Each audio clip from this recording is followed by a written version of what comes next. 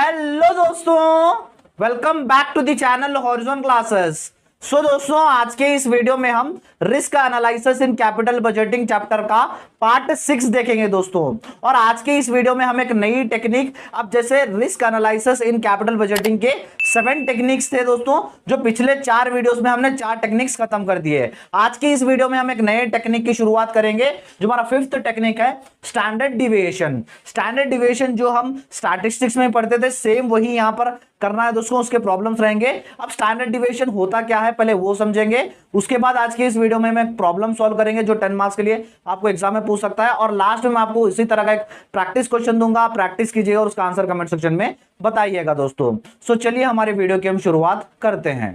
दोस्तों, standard deviation capital budgeting में क्यों काम करता है, क्यों मदद करता है। अब जैसे कंपनी कहीं पे भी एक प्रोजेक्ट में कहीं पे इन्वेस्ट करी, या तो इन्वेस्टमेंट में एक कंपनी इन्वेस्ट करी, उस प्रोजेक्ट में टोटल रिस्क कितना होगा वो आपको पता करके देता है स्टैंडर्ड डिविएशन। स्टैंडर्ड डिविएशन का मेन काम रहता है दोस्तों, जो भी एक प्रोजेक्ट में या तो फिर कोई भी एक मशीनरी में कंपनी इन्वेस्ट कर रही है, तो उसमें टोटल रिस्क कितना है वो पता करने का होता है स्टैंडर्ड डिविएशन। दोस्तों, स्टैंडर्ड डिविएशन के जब आप क्वेश्चन कर रहे हो, अगर आप फॉर एग्जांपल 2 प्रोजेक्ट का आपको कंपैरिजन करना है, कंपैरिजन में जो प्रोजेक्ट का आंसर ज्यादा आया, यानी जो प्रोजेक्ट में रिस्क ज्यादा आया, तो समझ लीजिए वो प्रोजेक्ट रिस्की है। आंसर ज्यादा आना मतलब रिस्की है, वो प्रोजेक्ट आपको यहां पर एक्सेप्ट करना नहीं है। जो प्रोजेक्ट में कम रिस्क आया वो आपको प्रोजेक्ट सेलेक्ट करना है दोस्तों। ये था हमारा थोड़ा सा इंट्रोडक्शन स्टैंडर्ड डिविएशन का। इसमें कुछ भी थ्योरी नहीं पूछेगा, प्रॉब्लमेटिक क्वेश्चन इसमें डालेगा। चलिए दोस्तों, पहले अच्छे से क्वेश्चन समझ के हम आंसर की तरफ लौटते हैं दोस्तों। आ जाइए हमारे क्वेश्चन की तरफ दोस्तों। क्वेश्चन दिया गया है, from the following information certain which project is more risky on the basis of standard deviation. आपको यह बताना है, नीचे आपको 2 प्रोजेक्ट दिए गए हैं, 2 प्रोजेक्ट में कौन सा प्रोजेक्ट में सबसे ज्यादा रिस्क है आपको वो बताना है स्टैंडर्ड डिविएशन का यूज करते हुए दोस्तों। नीचे आपको 2 प्रोजेक्ट्स का डाटा दिया गया है दोस्तों, प्रोजेक्ट एक्स का एंड प्रोजेक्ट वाई का। प्रोजेक्ट एक्स के सारे 4 ईयर के कैश फ्लोज दिए गए हैं और प्रोजेक्ट एक्स के प्रोबेबिलिटी भी 4 ईयर्स के दिए गए हैं। वैसे ही दोस्तों right hand side project Y के सारे कैश इनफ्लोज दिए गए हैं और प्रोबेबिलिटी के सारे प्रोबेबिलिटी दिए गए हैं दोस्तों।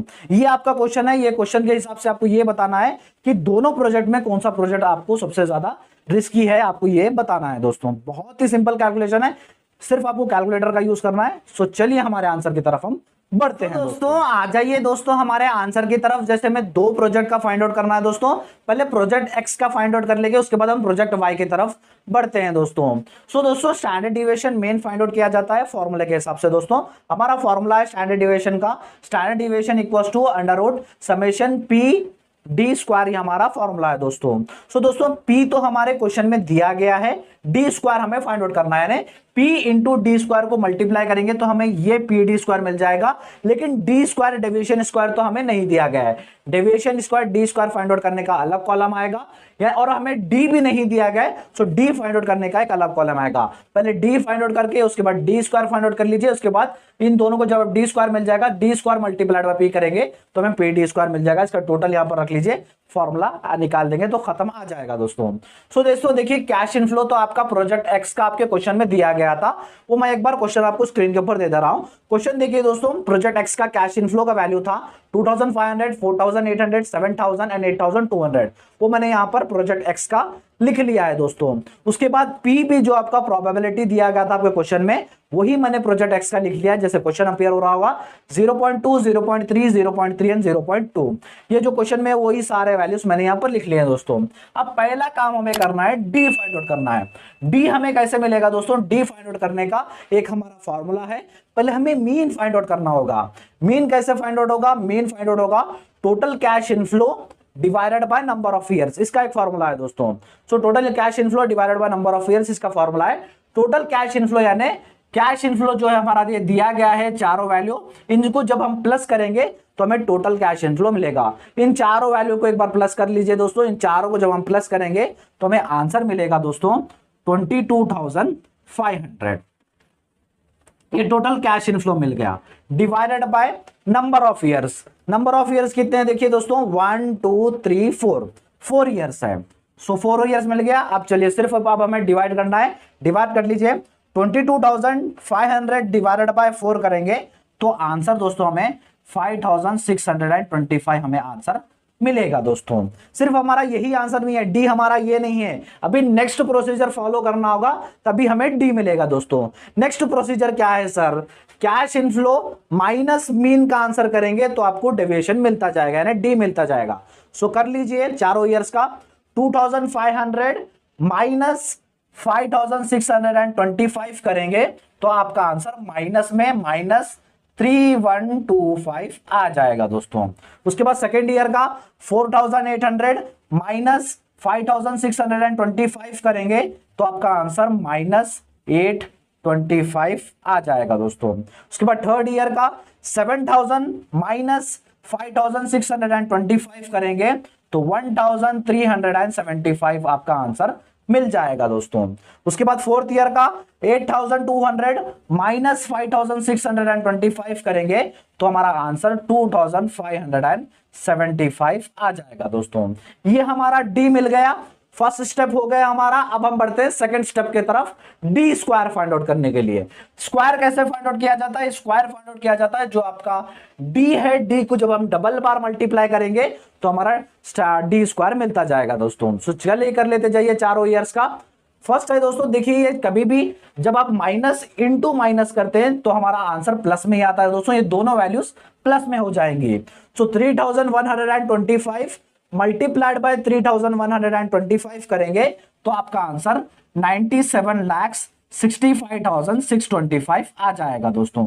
यहां तक क्लियर है, ये माइनस इंटू माइनस भी करके लिखिए तो प्लस ही हो जाएगा। उसके बाद सेकेंड का 825 मल्टीप्लाइड बाय 825 कर लीजिए तो आंसर 6,80,625 आ जाएगा दोस्तों। उसके बाद थर्ड ईयर का 1375 मल्टीप्लाइड बाय 1375 कर लीजिए तो आंसर आएगा 18,90,625। उसके बाद फोर्थ ईयर का 2575 मल्टीप्लाइड बाय 200,575 कर लीजिए तो आपका आंसर 66,30,625 आ जाएगा दोस्तों। यहां तक क्लियर है दोस्तों, आई होप यहां तक क्लियर हो गया। सेकंड स्टेप भी हमारा डी स्क्वायर भी हमारा मिल गया। अब हमें क्या करना है दोस्तों, P मल्टीप्लाइड बाय कुछ भी नहीं है तो मल्टीप्लाई रहेगा, P multiplied by D square करना। हमारा P यहां है, डी स्क्वायर यहां है, सो दोनों के बीच में मल्टीप्लाई करेंगे तो पी डी स्क्वायर हमारा मिल जाएगा।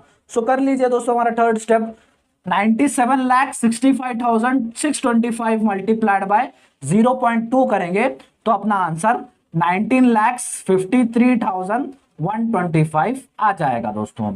उसके बाद सेकेंड ईयर का 6,80,625 मल्टीप्लाइड बाय 0.3 कर लीजिए तो आंसर आएगा दोस्तों 2,401.87.5 आ रहा है तो 188 लिख लेते हैं दोस्तों। उसके बाद थर्ड ईयर का 18,90,625 मल्टीप्लाइड बाय 0.3 कर लीजिए तो आंसर आपका 5,67,187.5 आ रहा है तो यहाँ पर 187 ही रख लेंगे, क्यों पर हमने एक पॉइंट बढ़ा दिया था। सो नेक्स्ट 66,30,625 मल्टीप्लाइड बाय 0.2 करेंगे तो आंसर हमारा 13,26,125 आ जाएगा दोस्तों। ये हमने पीडी स्क्वायर निकाल लिया। अब हमें क्या ये चाहिए, ये समेशन चाहिए, समेशन है ना, टोटल चाहिए। इन चारों का टोटल कर लीजिए, इन चारों वैल्यू जो दिख रहे हैं आपको ये 1 2 3 4 इन चारों का टोटल कर लीजिए तो आपका आंसर दोस्तों 40,50,625 आंसर मिल जाएगा दोस्तों। वही आंसर अब हमें यहाँ पे पुट करना है दोस्तों। ये दोस्तों पीडी स्क्वायर जो हमारा मिल गया, यहां हमें क्या चाहिए, पहले अंडर रूट जो फॉर्मूले में है अंडर रूट खोल लीजिए, अंडर रूट खोल लिया। उसके बाद ये जो आंसर आया है वो आंसर हमें यहां पर पुट करना है 40,50,625। अगर आपके पास फोन का कैलकुलेटर है या तो फिर साइंटिफिक कैलकुलेटर है तो पहले अंडर रूट मार लीजिए, उसके बाद 40,50,625 कर लीजिए तो आपका आंसर आएगा 2012.61 आपका आंसर आएगा दोस्तों। ये हमारा आंसर है। जैसे मैंने कहा फोन का कैलकुलेटर तो वैसा कीजिए, अगर आपके पास पर्टिकुलर कैलकुलेटर है जो अब हर कोई के पास रहता है कॉमर्स के बच्चों के साथ, वो कैलकुलेटर है तो ये अमाउंट मार लीजिए, उसके बाद स्क्वायर रूट का जो आपको साइड में एक बटन रहता है वो स्क्वायर रूट का आंसर मार लीजिए, स्क्वायर रूट मार लीजिए तो आपका आंसर 2012.61 आएगा। एक बार जल्दी से स्क्रीनशॉट ले लीजिए दोस्तों, थोड़ा आंसर बड़ा हो रहा है, वीडियो बड़ा हो रहा है लेकिन समझने आया तो बस है दोस्तों।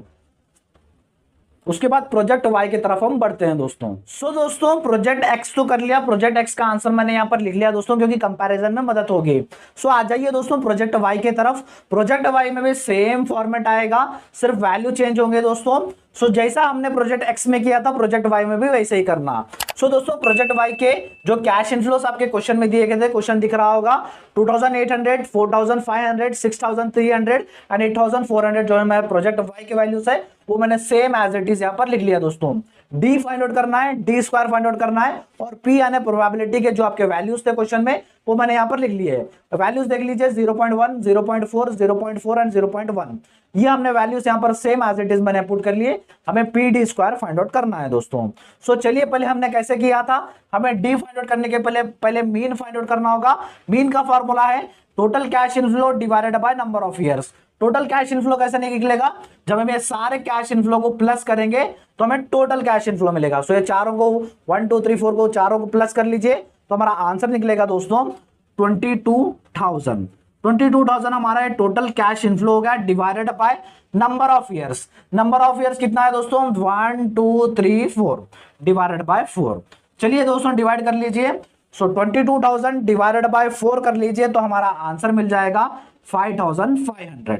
ये हमारा 5,500 हमारा मीन निकल गया। अब डी कैसे फाइंड आउट किया था, डी हमने फाइंड आउट किया था कैश इनफ्लो माइनस मीन का आंसर। सो चलिए कर लेते हैं 2,800 माइनस 5,500 तो हमारा आंसर आ रहा है माइनस 2,700। उसके बाद सेकेंड 4,500 माइनस 5,500 तो आंसर आएगा दोस्तों माइनस 1,000। उसके बाद थर्ड 6,300 माइनस 5,500 करेंगे तो आंसर हमारा 800 आएगा दोस्तों। उसके बाद फोर्थ ईयर का 8,400 माइनस 5,500 करेंगे तो आंसर हमारा 2,900 आएगा दोस्तों। ये हमने अपना फर्स्ट स्टेप कर लिया, डी हमने निकाल लिया। अब हमें निकालना है डी स्क्वायर दोस्तों। डी स्क्वायर कैसे निकाला जाता है, जैसे मैंने कहा था दोनों जब हम 2 बार मल्टीप्लाई करेंगे डी को तो हमारा डी स्क्वायर मिल जाएगा। चलिए चारों ईयर का निकाल लेते हैं। फर्स्ट हमने जैसे कहा था माइनस इंटू माइनस प्लस हो जाता है, जब माइनस को 2 बार इंटू करते हो तो प्लस हो जाता है दोस्तों, दोनों का माइनस माइनस प्लस हो जाएगा। सो 2,700 मल्टीप्लाइड बाय 2,700 कर लीजिए तो आंसर हमारा 72,90,000 आएगा दोस्तों। उसके बाद सेकेंड ईयर का 1,000 मल्टीप्लाइड बाय 1,000 करेंगे तो हमारा आंसर 10 लाख आएगा दोस्तों। उसके बाद थर्ड ईयर का 800 माइनस 800 करेंगे तो हमारा आंसर दोस्तों 6,40,000 हमारा आंसर आएगा दोस्तों। उसके बाद फोर्थ ईयर का 2,900 मल्टीप्लाइड बाय 2,900 करेंगे तो हमारा आंसर 84,10,000 हमारा आंसर आएगा दोस्तों। यहां तक हमने 2 स्टेप, सेकंड स्टेप भी कंप्लीट कर लिया, डी स्क्वायर भी हमने निकाल लिया। अब हमें क्या चाहिए दोस्तों, पी डी स्क्वायर चाहिए, यानी पी को मल्टीप्लाई करना है हमारे डी स्क्वायर से। चलिए कर लेते हैं। सो फर्स्ट ईयर का 72,90,000 मल्टीप्लाइड बाय 0.1 करेंगे तो अपना आंसर 7,29,000 हमारा आंसर आएगा दोस्तों। उसके बाद सेकेंड ईयर का 10 लाख मल्टीप्लाइड बाय 0.4 कर लीजिए तो आंसर हमारा 4 लाख आएगा दोस्तों। उसके बाद थर्ड ईयर का 6,40,000 मल्टीप्लाइड बाय 0.4 कर लीजिए तो आंसर दोस्तों हमारा 2,56,000 हमारा आंसर आएगा दोस्तों। उसके बाद फोर्थ ईयर का 84,10,000 मल्टीप्लाइड बाय 0.1 कर लीजिए तो आंसर दोस्तों 8,41,000 हमारा आंसर आ जाएगा दोस्तों। ये चारों हमारे आंसर्स आ गए। अब हमें क्या करना है दोस्तों, अब हमें इन चारों को टोटल करना है क्योंकि हमें पीडी स्क्वायर चाहिए, समेशन पीडी स्क्वायर चाहिए। सो चारों को 1 2 3 4 चारों को टोटल कर लीजिए तो हमारा आंसर 22,26,000 हमारा आंसर आएगा दोस्तों। सो चलिए ये हमारे फॉर्मूले के हिसाब से मिल गया हमें। सो ये स्क्वायर रूट ऐसे रख लीजिए, स्क्वायर रूट जिसमें अंदर आएगा ये जो सेम जो हमने आंसर फाइंड आउट किया वो हमें यहाँ पुट करना है।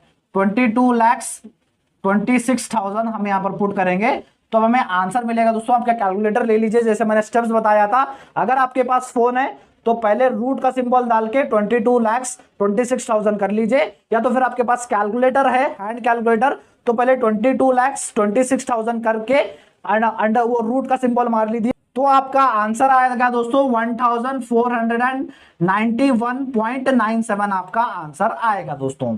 ये आपका प्रोजेक्ट एक्स का है दोस्तों। प्रोजेक्ट एक्स का 1491 आ रहा है। प्रोजेक्ट एक्स का दोस्तों 2012 आ रहा है दोस्तों। सो कंपेयर कर लीजिए, कंपैरिजन में कौन सा दिख रहा है आपको, सबसे ज्यादा कौन सा दिख रहा है, ज्यादा हो रहा है दोस्तों 2000 का एक्स का वैल्यू, यानी प्रोजेक्ट एक्स में सबसे ज्यादा रिस्क है कंपेरेटिवली प्रोजेक्ट वाई में। जिसका आंसर ज्यादा है समझ लीजिए वो उसमें रिस्क ज्यादा है, वो कंपनी सेलेक्ट नहीं करेगी। अगर इसमें ज्यादा रिस्क है तो कंपनी क्या करेगी, प्रोजेक्ट वाई हमारा सेलेक्ट करेगी दोस्तों। एक बार जल्दी से स्क्रीनशॉट ले लीजिएगा दोस्तों।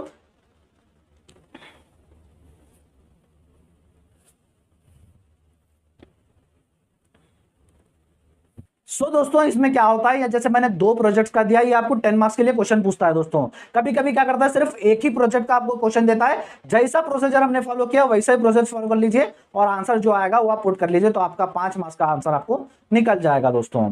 दोस्तों ये था हमारा आज का वीडियो, और जैसे मैंने कहा था मैं लास्ट में आपको इसी तरह क्वेश्चन दूंगा, स्क्रीन के ऊपर क्वेश्चन दिख रहा होगा, वो प्रैक्टिस कीजिएगा और उसका आंसर हमारे कमेंट सेक्शन में बताइएगा दोस्तों। और एक बात, मैं एडवांस फाइनेंशियल मैनेजमेंट के क्लासेस स्टार्ट कर दिया था, जिसके प्लेलिस्ट का लिंक मैं आपको डिस्क्रिप्शन बॉक्स में दूंगा, जहां पर आपको एक ही जगह पर सारी क्लासेस मिल जाएंगी दोस्तों। और एक बात, मैंने जो पिछले 4 टेक्निक्स बताए हैं उसके भी लिंक्स आपको डिस्क्रिप्शन बॉक्स में दूंगा, एक बार डिस्क्रिप्शन बॉक्स चेक कर लीजिएगा। वीडियो अच्छा लगा तो वीडियो को लाइक कर दीजिए, चैनल को सब्सक्राइब कर लीजिएगा और अपने फ्रेंड्स के साथ इस वीडियो को शेयर भी कर दीजिएगा। थैंक यू सो मच दोस्तों।